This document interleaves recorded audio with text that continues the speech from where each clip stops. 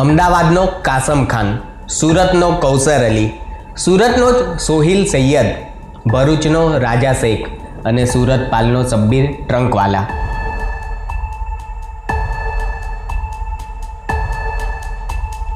આ બધા નામો યાદ રાખજો.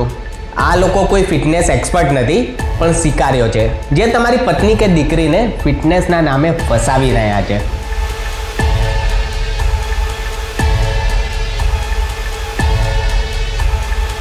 તમે જેને હેલ્થ કોન્શિયસ થવા જીમમાં મોકલો છો, શું તમને ખબર છે ત્યાં તેમની રાહ કોણ જોઈ રહ્યું છે? મોંઘા જીમ, એસી કેબિન, લાખોના મશીનોની પાછળ એક ભયાનક સત્ય છુપાયેલું છે જેને દુનિયા જીમ જેહાદ તરીકે ઓળખે છે.